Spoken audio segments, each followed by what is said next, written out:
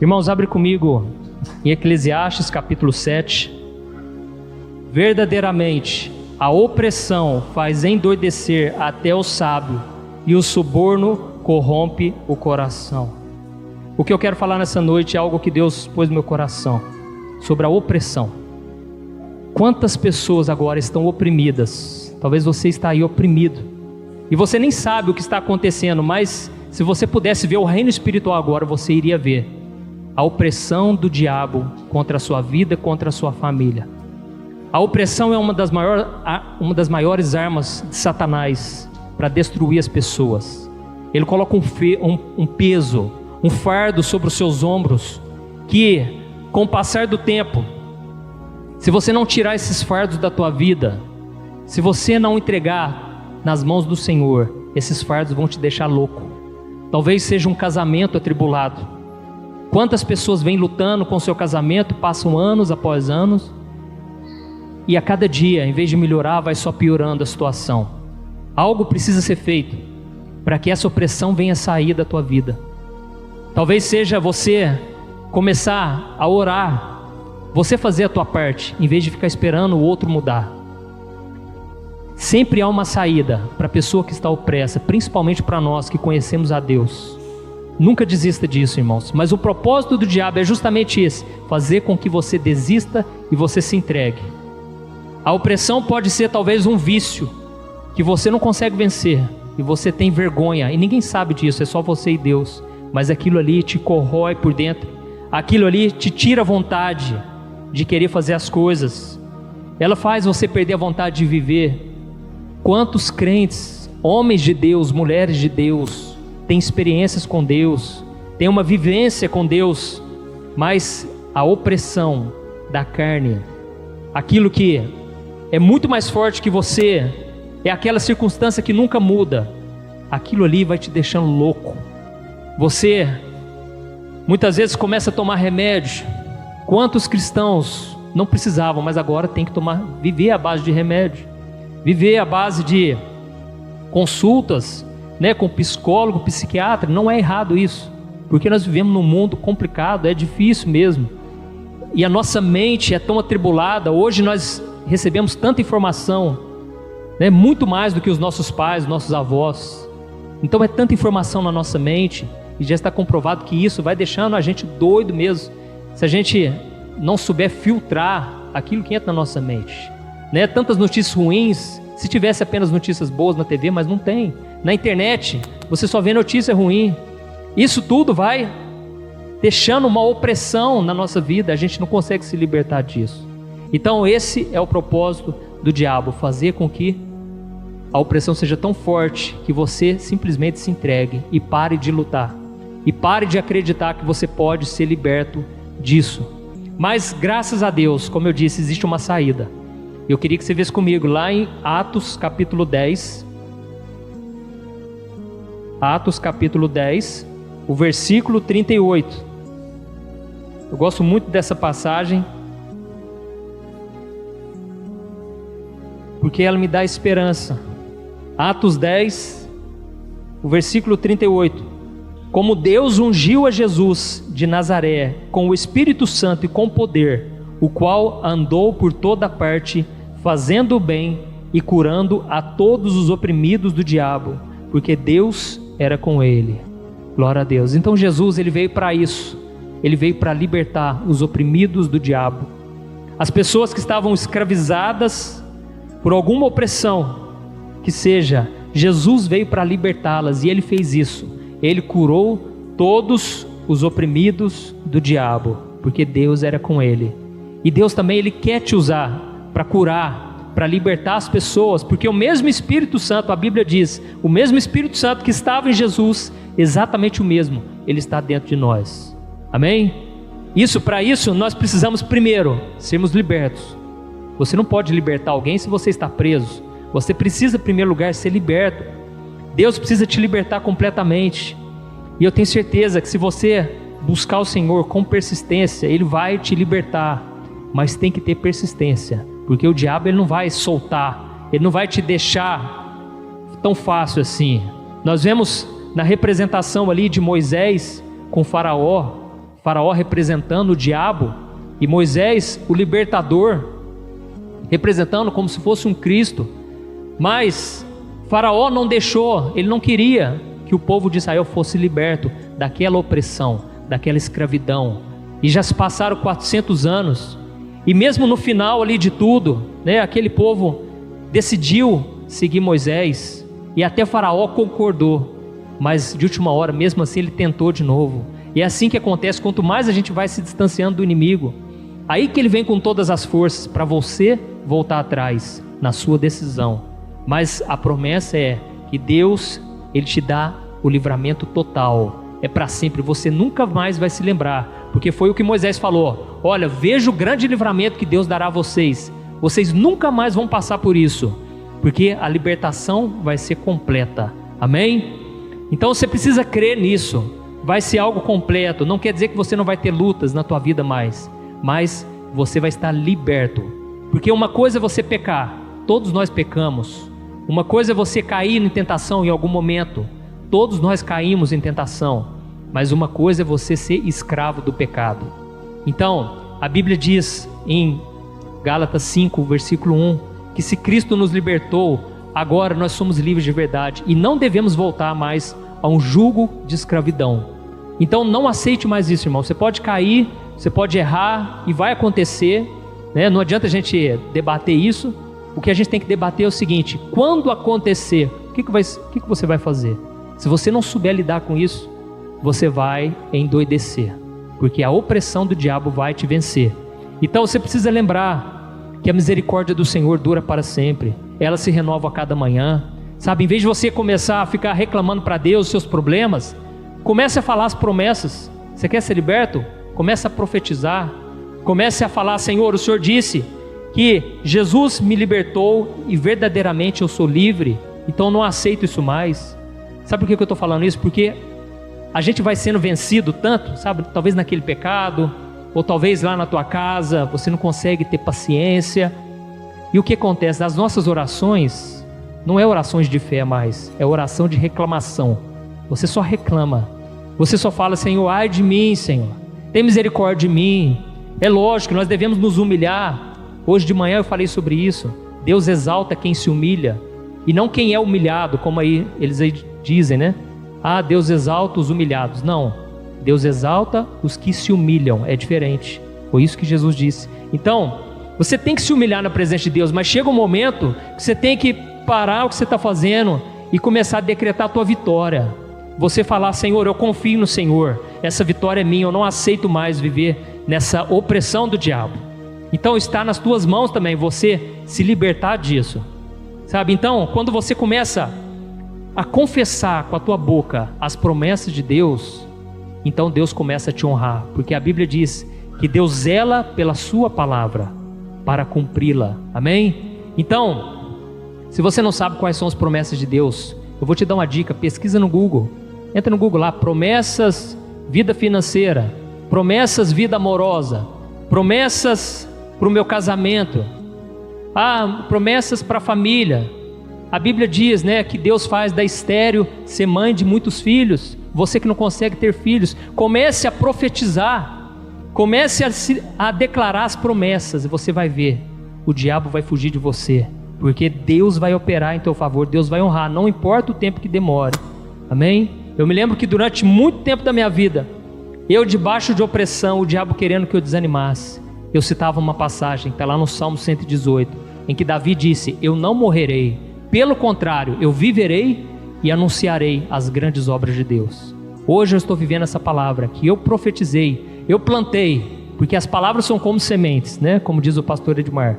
Então, eu plantei e estou colhendo aquilo que eu plantei, mas eu sabia que se eu ficasse plantando somente coisa negativa, eu também ia colher. Então, durante muito tempo, eu confessava as promessas de Deus, e hoje eu tenho visto o Senhor se cumprir, o Senhor cumprir cada uma delas. Glória a Deus. Então, as opressões elas vêm tanto para quem obedece a Deus, como para quem não obedece. Nós vemos o caso de Jó, por exemplo. Jó, ele foi oprimido pelo diabo de forma terrível. Eu não sei se já existiu pessoa que sofreu tanto quanto Jó, mas a opressão em cima dele foi terrível. Ele usou até os amigos dele, os únicos amigos que ele tinha, para os amigos jogar na cara dele, para que ele pensasse que talvez tivesse alguma coisa errada com ele. Então não tinha algo de errado. É porque o diabo mesmo quis acabar com ele, porque ele era um homem íntegro, um homem que andava com Deus. Então nós não estamos livres disso, da opressão do inimigo. Não somos melhores que ninguém. E muitas vezes a gente acha que nós somos até melhores que Jesus, né? Não, eu não mereço passar por isso, eu sou filho de Deus. Só que Jesus falou, o servo não é maior do que o seu Senhor. Se eu fui perseguido, vocês vão ser. Então, Jó passou por tudo isso, por obedecer a Deus. Mas existe um caso que é muito mais frequente. É quando a pessoa, ela desobedece ao Senhor. Então nós vamos ver um exemplo aqui. Está lá no livro de Juízes, Juízes capítulo 6. Abre comigo lá. Fizeram os filhos de Israel o que era mal perante o Senhor. Por isso o Senhor os entregou nas mãos dos midianitas por 7 anos. Prevalecendo o domínio dos midianitas sobre Israel, fizeram estes para si, por causa dos midianitas, as covas que estão nos montes, e as cavernas e as fortificações. Porque cada vez que Israel semeava, os midianitas e os amalequitas, como também os povos do Oriente, subiam contra ele. E contra ele se acampavam, destruindo os produtos da terra, até a vizinhança de Gaza, e não deixavam em Israel sustento algum, nem ovelhas, nem bois, nem jumentos, pois subiam com seus gados e tendas, e vinham como gafanhotos, em tanta multidão, que não se podiam contar, nem a eles, nem aos seus camelos, e entravam na terra para destruir. Assim Israel ficou muito debilitado com a presença dos midianitas. Então os filhos de Israel clamavam ao Senhor. Aqui está dizendo que o povo de Israel fez o que era mal perante o Senhor, e por isso Deus entregou eles nas mãos dos midianitas, para serem oprimidos. Então, meus irmãos, Deus é amor, mas Deus, por nos amar tanto, Ele precisa nos disciplinar. Então não pense que o amor é aquele que passa a mão na nossa cabeça. Não, Deus nos ama tanto que Ele não quer nos perder. E por isso, Ele permite as provações, Ele permite a disciplina. Ele nos disciplina porque nós precisamos aprender as lições, parar de dar cabeçada na vida, parar de ser teimoso. O próprio Deus disse, vocês são um povo de dura cerviz. A cerviz é um pedaço, é um osso que tem aqui, ó. Deus estava dizendo, vocês são um povo que não se dobram, um povo que não abaixa a cabeça, um povo que não se humilha na minha presença. Então era um povo rebelde, irmãos. E eles sofreram por 7 anos na mão dos midianitas, e era muito desgastante, porque todas as vezes que eles plantavam, esperavam ficar pronta a colheita, vinham lá os inimigos numa tropa gigantesca como gafanhotos e acabavam com tudo. E eles não podiam reclamar para Deus. Deus, o que está acontecendo? Não, eles estavam plantando. Por quê? Eles desobedeciam a Deus o tempo todo, não queriam obedecer a palavra. E o próprio Deus disse, se vocês me obedecerem, lá em Deuteronômio capítulo 8, vocês vão colher do melhor dessa terra, tudo vai dar certo, tudo vai prosperar. Mas se vocês desobedecerem, o inimigo vai roubar tudo de vocês. Vocês vão plantar e não vai dar em nada. Vocês vão juntar dinheiro, não vai adiantar. Vai parecer que vocês colocaram num saco furado. Sabe? Então, quando as coisas dão errado, é hora da gente avaliar os nossos caminhos. E muitas vezes o Senhor disse isso. Ele disse, olha, veja por onde vocês têm andado. Vocês têm feito o que é errado diante de Deus. Ah, mas tem tanta gente que faz. Uma vez eu fiquei perguntando isso. Senhor, mas tem tanta gente lá na igreja que faz alguns pecados aí e tal. Por que eu não posso fazer? Porque tem hora que a gente fica querendo pecar mesmo, né? Porque nós estamos presos a essa natureza. E aí um dia o Espírito Santo falou bem forte comigo, mas você não é todo mundo. Eu te separei de um chamado. Eu tenho para você algo único, especial. Então você não é todo mundo. Nós precisamos parar de nos comparar com os outros. E nós precisamos olhar para a nossa própria vida. Talvez a gente passe por um problema hoje, não quer dizer que é Deus. Viu, irmãos? Não quer dizer que é Deus pesando a mão. Não quer dizer que é Deus que está querendo que a gente passe por aquilo. Mas pode ser sim, alguma semente ruim que a gente plantou lá atrás. Porque nós sabemos que existe uma lei da semeadura. Aquilo que a gente planta, a gente colhe. A Bíblia diz. E por isso a Bíblia diz, não zombe de Deus, não brinque com as coisas de Deus. Então pode ser sim, e o melhor que a gente pode fazer, sabe o que é? Não é reclamar, mas é abaixar a cabeça e falar: Senhor, se eu fiz algo de errado, se eu estou pagando por algo, me perdoa, Senhor. E põe um ponto final nisso, Senhor. Eu não quero mais colher isso, e que o Senhor venha mudar a minha vida. Então, existe sim, né, aquilo que a gente colhe, e nós devemos vigiar muito. E esse povo então ficou muito debilitado, ao ponto deles ficarem muito desgastados. Mas vamos ver o versículo 7, o que Deus vai responder a eles.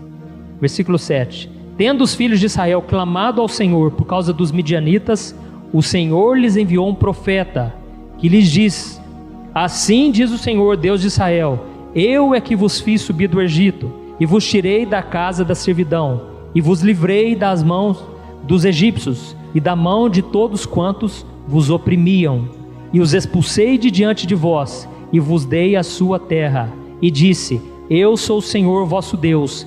Não temais os deuses dos amorreus, em cuja terra habitais. Contudo, não destes ouvidos à minha voz. Aqui o Senhor explicou a razão, porque eles estavam sofrendo. Teve momentos que eu já passei de sofrimento, que eu me questionei, e teve um silêncio de Deus. Mas quando eu menos imaginei, veio uma luz, e eu entendi: nossa, foi isso aqui, ó. Eu passei por um momento. Eu me lembro que eu namorei uma moça uma vez. Eu estava cansado de esperar em Deus, né? Chega esse momento do solteiro. Quem está solteiro aqui, gente? Então você sabe o que eu estou falando, né? Chega um momento que você não aguenta mais. Eu achei que eu já estava subindo as paredes já. Eu não estava aguentando. A minha carne estava gritando. E eu pensava: eu não posso fazer besteira. Eu não posso dar certo com a pessoa errada. Porque se eu der certo com a pessoa errada, pode ser que eu não volto mais para a presença de Deus. Sabe quando você vai vendo um monte de gente, né? Um caindo de cá, outro pecando ali. E eu via o caminho que eles tomavam. Muitos nem voltavam mais para a igreja. E eu pensava: eu não posso. E já fazia 3 anos. Eu estava lá em Belo Horizonte fazendo seminário. E eu via os meus amigos todos namorando, né? Alguns fazendo algo mais. E eu via tudo aquilo. E eu pensava: eu não vou perder o meu foco. Eu vim aqui para estudar. Eu vim aqui para aprender de Deus. E se Deus permitir, amém. Mas se não for para ter ninguém, amém também. Mas chegou um momento que eu não estava aguentando mais. Eu falei: Deus, eu preciso colocar um namorado no meu caminho. E aí eu ficava o dia inteirinho pesquisando, né, no Orkut. Era o Orkut na época, né? O sofrimento, nossa. E você ficava pedindo, eu ficava pedindo: oh Deus, ilumina aqui alguém, sabe? Mas eu estava querendo fazer do meu jeito. E foi então que de repente eu vi uma moça. E eu pensei: vai ser essa aqui. Fui lá, puxei assunto, né? E namoramos lá. E estava dando tudo certo, mas com a pessoa errada. Porque era uma pessoa que não queria buscar Deus, não queria compromisso com Deus. E durante todo o tempo foi muito desgastante, o tempo que eu namorei com ela. Porque eu queria que ela fosse do meu jeito, e eu não consegui mudar ela. E o problema nosso é esse: a gente quer mudar a pessoa. E eu queria o tempo todo que ela fosse firme com Deus. Eu queria, sabe, converter ela à força. E ela já era crente, era da igreja, mas, sabe, crente frio. E depois de muito sofrimento, de muito desgaste, eu fiz aquela oração que Jesus fez lá no Getsemane. Sabe aquela oração que ele fala assim: Pai, seja feita somente a tua vontade. Não vou fazer a minha, mas faça a tua. Porque dentro de mim, eu não tinha nem coragem de orar pedindo para Deus fazer a vontade dele, porque eu pensava: ixi, Deus vai fazer com que eu termine esse namoro. E eu não quero ficar solteiro de novo. E o medo muitas vezes nos faz não orar dessa forma. Mas é a oração que Deus responde mais rápido, pode ter certeza. Essa oração, ela vai no céu rapidinho. E Deus naquela noite tocou no meu coração: deixa tudo que você está fazendo aí. E eu já tinha formado um seminário. E ele falou: deixa tudo e vai para a casa dos seus pais. Volta para a terra lá dos seus pais. Meus pais estavam morando em Franca. Só sei que eu falei para essa pessoa, eu falei: ó, Deus falou para eu voltar, mas é para que dê certo mesmo, para a gente casar mais, né, logo, porque eu preciso de dinheiro, aqui eu não estou ganhando dinheiro, como é que nós vamos casar? Só sei que eu vim muito triste de Belo Horizonte, porque eu pensei: e como é que vai ser agora o meu futuro, né? E como é muito longe aqui de Paraíso até Belo Horizonte, eu pensei: não vai dar para mim ir muito lá. Mas Deus foi rápido. No dia seguinte, essa pessoa me ligou e falou: não vai dar certo, não quero mais. Me tratou com frieza, por telefone mesmo nós terminamos. Só sei que eu fiquei muito abalado porque mais uma vez tinha dado errado. E nós precisamos entender uma coisa: se Deus está fechando as portas e fechando, pode ser livramento. Porque hoje eu louvo a Deus, porque eu fiquei muito tempo ali sofrendo, né, por amor. E muita gente sabe o que é isso. Eu fiquei praticamente quase em depressão, não queria sair de casa direito, até que um dia uns irmãos aqui da igreja me chamaram para ir orar lá no Manaim, porque ia ter um acampamento de carnaval. E eu, assim, sem vontade de orar, sem vontade de buscar a Deus, eu aceitei. Quando nós fomos orar lá no Manaim, foi quando teve o acampamento Mais de Ti, Menos de Mim. Foi tremendo aquele acampamento, mas uma semana antes nós fomos lá orar, e ali Deus me renovou, e renovou a esperança dentro de mim. E eu pensei: não tem nada errado, Deus fez a vontade dele. Eu pedi para Deus fazer a vontade dele, se deu errado é porque não era de Deus. E foi no acampamento que eu conheci minha esposa Thaís. Amém? Então, olha que bênção. Eu pensava: Deus vai demorar, pode ser que vai demorar anos, mas eu me fortaleci tanto em Deus que eu pensei: se demorar eu não estou nem aí, porque agora eu estou completo. E talvez Deus está esperando você ser completo para você encontrar outra pessoa, porque você não vai encontrar a cara metade, não existe isso. Mas você também não vai encontrar uma pessoa que vai completar você, senão não vai dar certo. Se você estiver procurando alguém para completar você, vai dar problema, porque você vai colocar um fardo sobre essa pessoa que ela não vai suportar, porque ninguém consegue suprir uma pessoa totalmente, é só Deus que pode fazer isso. E quando eu estava completo naquele acampamento, eu estava com meu coração voltado para fazer a vontade de Deus, custe o que custar. Ali a Thaís já estava lá e eu nem sabia que ia ser a minha esposa. Então, meu irmão, confie no Senhor, porque Deus é fiel.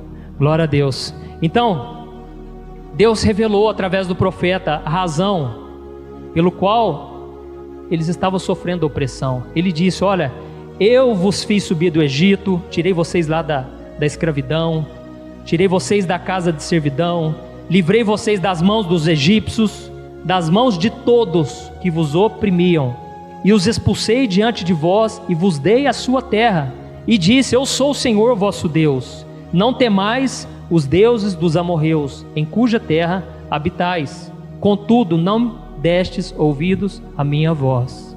E aqui o grande perigo: quando Deus nos abençoa, se você entregou sua vida para Jesus, eu tenho certeza que você já foi liberto da opressão. Mas quando nós paramos de buscar a Deus, nós paramos de agradecer, de louvar e reconhecer a mão do Senhor, o diabo vai encontrando pequenas brechas e ele entra por elas. E quando vê, você já está voltando a um jugo de escravidão, você já não tem mais força para vencer o pecado, parece que é mais fácil, né, pedir o divórcio, parece que é mais fácil sair daquela empresa, porque você já não tem mais a força que você tinha antes.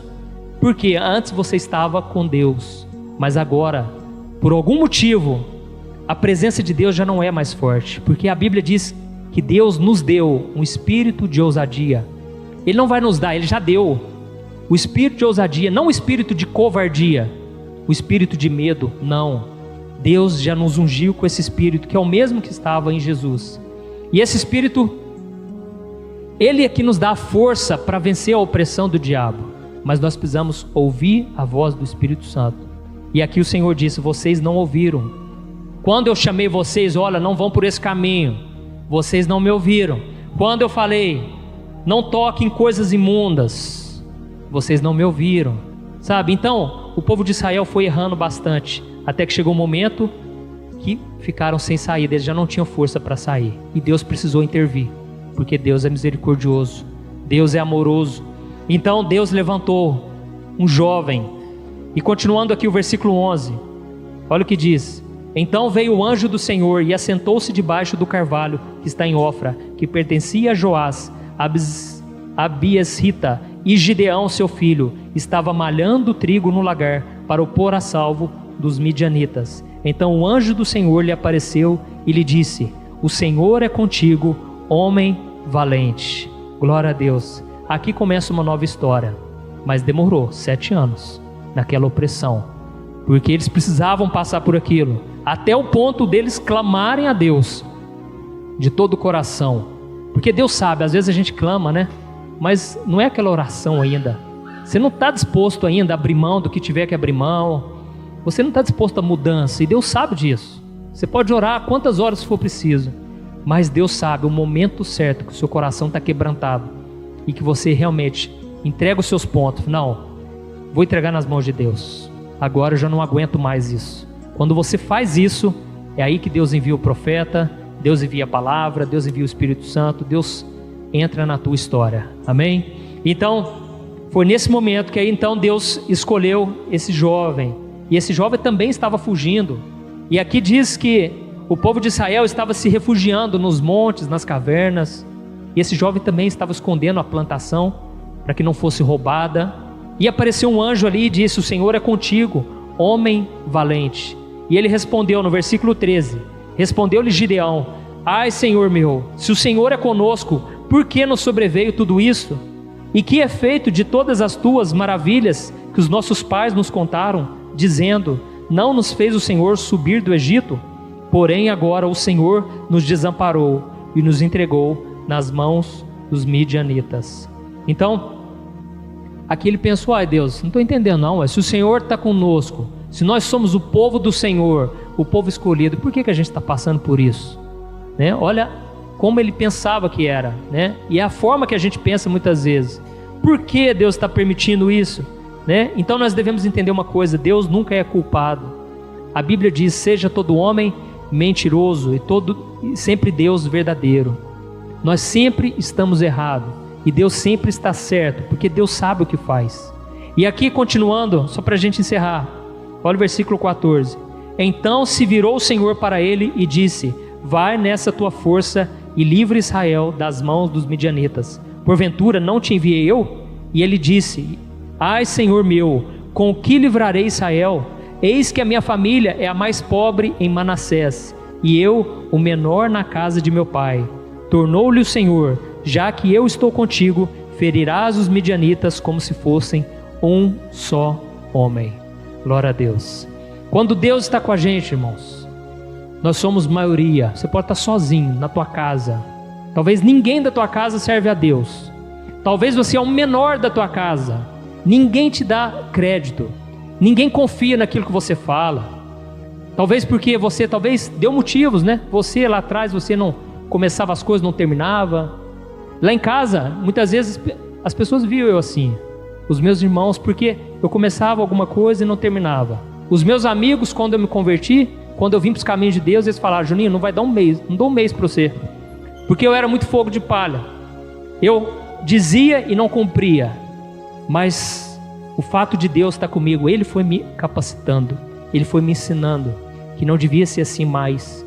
E Deus foi me honrando ali no meio deles. Então Deus vai te dar a vitória, e muitos vão ver essas coisas e vão passar a confiar em Deus, quando eles verem a obra de Deus na sua vida. Amém? Eu gostaria que você ficasse de pé, porque nós vamos orar agora, irmãos. E nós vamos colocar em prática isso tudo que nós falamos aqui. Você vai fazer uma oração de entrega. Se você está vivendo debaixo de opressão, vamos fazer o seguinte: vem aqui na frente e nós vamos orar. E nós vamos clamar ao Senhor, e eu tenho certeza, você vai sair daqui liberto. Você vai sair daqui sentindo uma leveza na alma, porque o Senhor, Ele zela pela palavra dEle para cumprir. E Deus quer te livrar da opressão. Pare de olhar as circunstâncias. Pare de dar ouvido ao conselho dos ímpios.